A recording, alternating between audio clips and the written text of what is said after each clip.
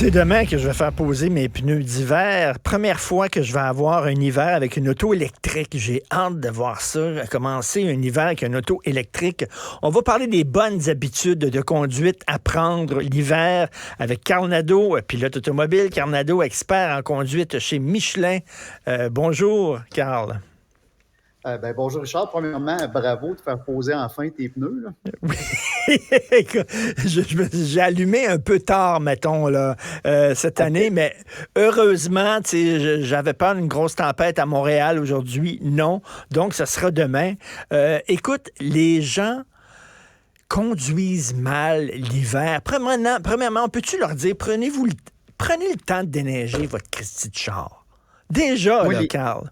mobiles, s'il y a quelque chose qui m'insulte profondément, c'est ça, pour de multiples raisons. La première, c'est le manque de respect total pour les autres usagers de la route. Un, tu vois pas dans tes vitres de côté, tu vois rien dans la vitre arrière, donc les comportements peuvent être passablement dangereux. Deux, quand le toit se vide, si tu es sur l'autoroute, la voiture derrière soit ça à pleine vitesse avec possiblement des motons de glace. Tu peux casser un pare-brise, c'est dangereux.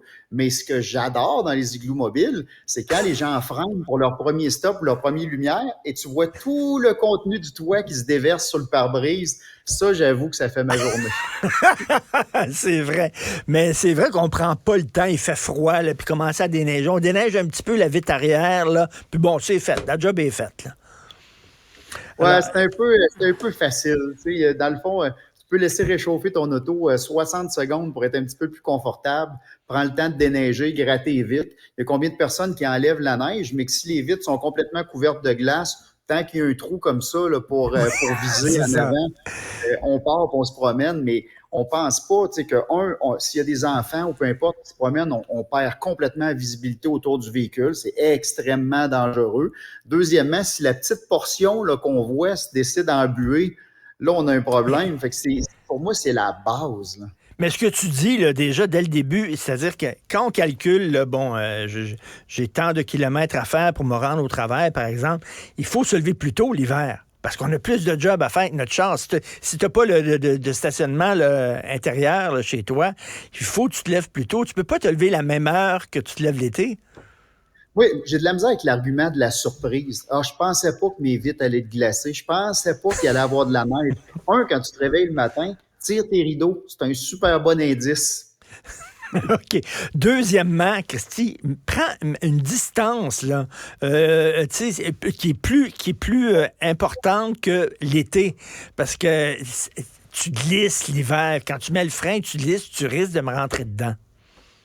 Bien, la base, conduite 101, ralentir, parce que c'est sûr, il y a moins d'adhérence. Même si tu as des excellents pneus d'hiver, c'est certain que l'adhérence peut être extrêmement faible, puis c'est très changeant avec les conditions qu'on a au Québec. Deux, en effet, la distance, la vitesse, un petit peu plus de patience, prévoir ses trajets, mais c'est des choses tellement de base que les gens ont tendance à ignorer ça. Et malheureusement, je trouve qu'au Québec, courtoisie, patience, respect, mettre ses clignotants, ça devrait être la base, au moins d'indiquer aux autres usagers de la route. Des fois, on n'a pas vu quelqu'un dans un angle mort. Si au moins on met le clignotant, la personne peut nous donner une chance de passer si on ne l'a pas vu. Je comprends pas que ces choses-là ne soient pas systématiquement appliquées. Puis la surprise, l'hiver est arrivé, s'il vous plaît, là. Ben oui. Et Carl, toi, tu as conduit des autos un peu partout à travers le monde, j'imagine. Trouves-tu qu'on est à Montréal, qu'on est particulièrement cow-boy? Euh, ouais, mauvais. Moi, c'est Et ça. aussi, cowboy. Ce que je comprends pas, c'est que le respect qu'on voit ailleurs dans le monde, en Allemagne, par exemple, j'adore conduire là, dans les pays scandinaves aussi.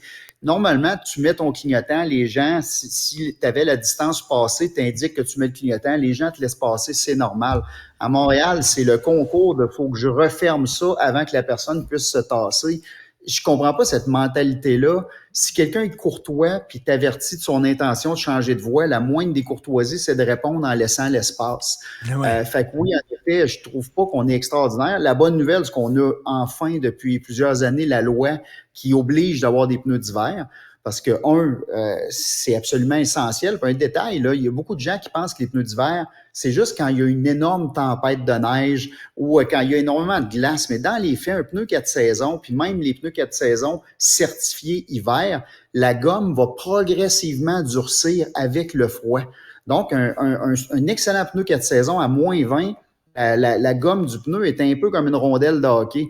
Fait que c'est vraiment essentiel d'avoir un pneu d'hiver de qualité. Puis tu as des éléments comme le silice, par exemple, qui permettent au pneu de demeurer flexible, au caoutchouc de demeurer flexible. Et ça peut sauver des vies. Alors, ceux qui disent, là, les pneus d'hiver, ça, c'était une crosse pour qui ont trouvé pour nous faire dépenser encore plus d'argent, là, pour qu'on achète 8 pneus plutôt que 4 pneus, puis qu'on les change, puis qu'on les entrepose pour faire de l'argent. C'est le concessionnaire puis le garage qui en profite. Tu dis, ben non, il y a des raisons qu'il y a des pneus d'hiver. Là. Puis l'avantage, moi, j'ai fait énormément de tests dans des centres d'essai un peu partout, entre autres au Michigan avec Michelin, ils ont un centre d'essai complètement hallucinant. Et on a testé des pneus d'hiver en été, on a testé des pneus été 4 saisons, puis un paquet de pneus en hiver. Ouais. Et c'est fou à quel point on va chercher plus d'adhérence. Et les gens qui disent, ben, tant qu'à être pris pour mettre des pneus d'hiver, je vais les garder l'été. Le problème, c'est que la gomme d'hiver est absolument pas faite pour travailler en été. Fait que la gomme va se tordre, va se défaire, ça va faire des petits rouleaux en dessous du pneu si tu fais un freinage extrêmement intense sur asphalte l'été quand il fait chaud. Donc vraiment, il faut y aller. Imaginez bottes, sandales, puis une bonne paire d'espadrilles qui est un 4 saisons, là. Toi, tu changes tes pneus quand? As-tu des dates fixes là, en disant, là, c'est temps de mettre mon pneu d'hiver ou t'attends la première bordée de neige? C'est quoi, là? Comment tu fonctionnes? Avec la température. Parce que dans les faits, c'est quand la température flirte avec le point de congélation, c'est vraiment le temps de passer aux pneus d'hiver. Même si la neige va être dans un mois, s'il fait 0 degré, c'est le temps de mettre les pneus d'hiver. Donc ça, là-dessus, c'est excessivement important. J'avoue que dans le temps, il y a 20-25 ans, je les mettais tard parce que malheureusement, les bons pneus d'hiver avaient tendance à user très vite si on les mettait tôt en saison.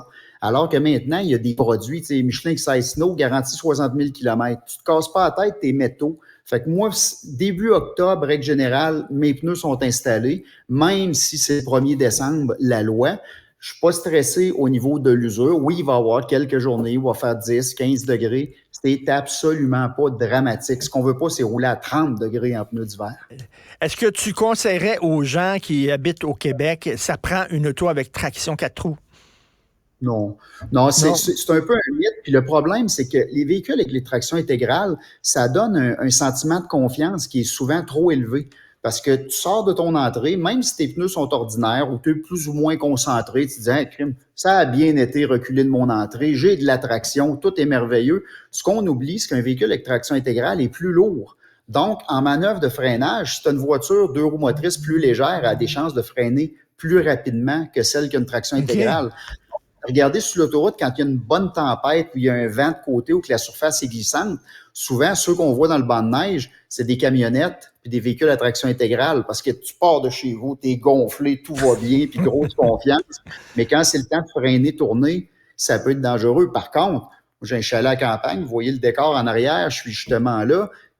J'aime bien avoir un véhicule, tu sais, traction intégrale parce que des fois, c'est vrai que les routes sont pas parfaitement déneigées. Il peut avoir une bonne épaisseur, ça peut être plus glacé. Donc oui, pour ces conditions-là, c'est important. Mais à Montréal, à part pour sortir du banc de neige quand ça te tente pas de pelleter, c'est pas essentiel. Écoute, il y a beaucoup de gens comme moi qui vont être à leur premier hiver avec une auto électrique. Hein. Les ventes d'auto électriques, ça va bien, même s'il faut que tu sois patient. Je m'attends à quoi, moi, là, l'hiver avec une auto électrique? C'est-tu vraiment différent? Ben, il y a plusieurs choses à s'habituer. À la base, c'est sûr que c'est lourd, une voiture électrique, parce que tu as le poids des batteries. Donc, ce poids-là, il faut s'en méfier. Il y a des gens qui disent, ben, je n'ai pas besoin de faire attention, vu que je suis lourd, j'ai plus de traction.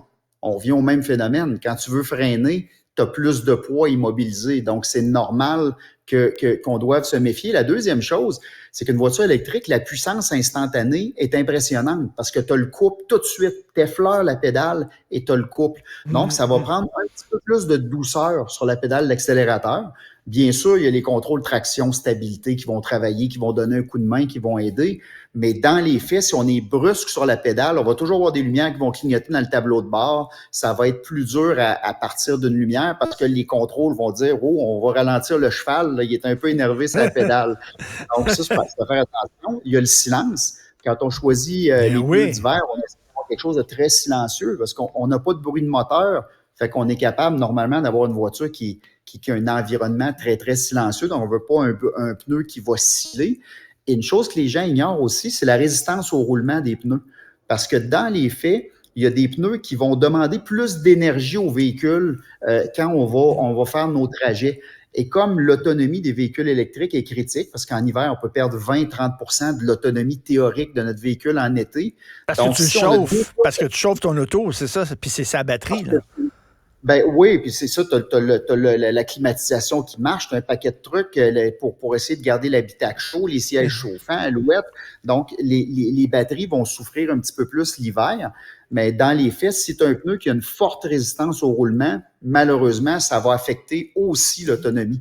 Donc, on a l'anxiété d'autonomie, des fois que les véhicules électriques, tu vas découvrir ça pour la première fois. Et écoute, les essuie-glaces, ça prend-tu? Tu sais, les essuie-glaces quand il pleut, puis les essuie-glaces quand il neige, c'est peut-être pas la même affaire. Ça prend-tu des essuie-glaces d'hiver? Ben, dans les faits, il en existe, puis souvent, on les étire, les essuie-glaces. Tu sais, l'été, tu te promènes, ça laisse 2-3 barres. Bah, c'est pas grave, je vois dans le pare-brise quand même. Mais quand on arrive à l'hiver, là, c'est d'autant plus critique parce que souvent, il va y avoir un petit peu de glace, neige. Donc, normalement, on essaie de remplacer. Dès qu'il y a une marque dure, on remplace. Il y a maintenant, dans le temps, si on voulait un balai d'essuie-glace d'hiver, c'est un balai d'essuie-glace classique avec tous les joints en métal, mais qui était recouvert de caoutchouc. Donc, ça prenait quand même beaucoup dans le vent. Ça avait tendance à décoller du pare-brise sur autoroute. Alors que maintenant, il y a des produits où il n'y a plus de joints en métal qui se coincent. La bonne vieille étape, là, sur l'autoroute, on baissait notre vitre et on tapait le balai d'essuie-glace pour être capable de voir en avant. Là, maintenant, il y a des produits qui sont très, très minces, qui n'ont pas de joints, qui sont faits pour l'hiver. C'est une petite dépense qui peut être bien, bien le fun. OK, merci beaucoup pour ces conseils-là. Puis en terminant, OK, je veux qu'on se mette ensemble et qu'on parte une campagne nationale, Carl, sur les piétons. Regarde bien ça. Les piétons ne comprennent pas, pensent que quand le feu est vert, ils peuvent traverser. Non, c'est la petite main en bas calvaire. La petite main. Le nombre de fois où je veux tourner à droite sur un feu vert et les gens, les piétons, devraient pas traverser parce qu'il y a la petite main rouge. Ils comprennent pas ça. Les autres, c'est vert, le feu, puis ils comprennent pas que le feu s'adresse aux automobilistes. Les autres traversent quand même. Fait que tu peux pas tourner, Christy. Moi, je crois beaucoup à la physique. Quelque chose de 3 à 4 000 livres est plus solide que quelqu'un qui en pèse 150. Fait que personnellement, quand je suis piéton, j'ai tendance à faire moins confiance aux véhicules. Dites-vous une chose, c'est l'hiver, il y a de la glace à terre. Ça se peut que même si l'automobiliste vous voit, il applique les freins et il ne se passe pas grand-chose. Donc, soyez donc prudents, en effet, les piétons. OK, dernière question. Comme automobiliste, qu'est-ce que tu penses des cyclistes d'hiver? OK? Déjà, là, la route est moins large parce qu'il y a de la neige chaque côté. Déjà, tu glisses, c'est glissant. Fait que tu es un peu stressé. Puis il y a Bozo qui fait moins 25, puis il veut montrer à tout le monde à quel point lui, il est écologiste, puis il est sur son crise de vélo. Et là, qu'est-ce que tu penses de les cyclistes d'hiver comme automobilistes, quand? C'est un peu tiraillé parce que mon grand-père a été travailler 12 mois par année en vélo dans le temps, mais parce que c'était une nécessité puis parce qu'il n'y avait pas tant d'auto, il faut se le dire, qui était dans le chemin il y a 70 ans. Mais dans les faits, j'avoue que c'est un phénomène que je comprends plus ou moins. Quand il y a des pistes cyclables, souvent, elles sont déneigées avant les trottoirs et avant les rues. Donc, si au moins ils se tiennent dans les pistes cyclables, grand bien leur face, ça, il n'y a pas de problème. Mais prendre une voie de circulation, quand en plus, à Montréal, là, puis dans beaucoup de municipalités, ils ont commencé à faire des chaînes de trottoirs qui zigzaguent, qui sont hyper dures à déneiger pour les services d'entretien. Il reste à peu près une voie de circulation, puis tu as un cycliste en plein centre. J'avoue qu'il y a des traces de dents dans mon volant dans ce temps-là. Là. Merci, Carl. C'est très le fun de te parler. Carl Nadeau, pilote automobile, expert en conduite chez Michelin. Merci. Salut. Bon hiver.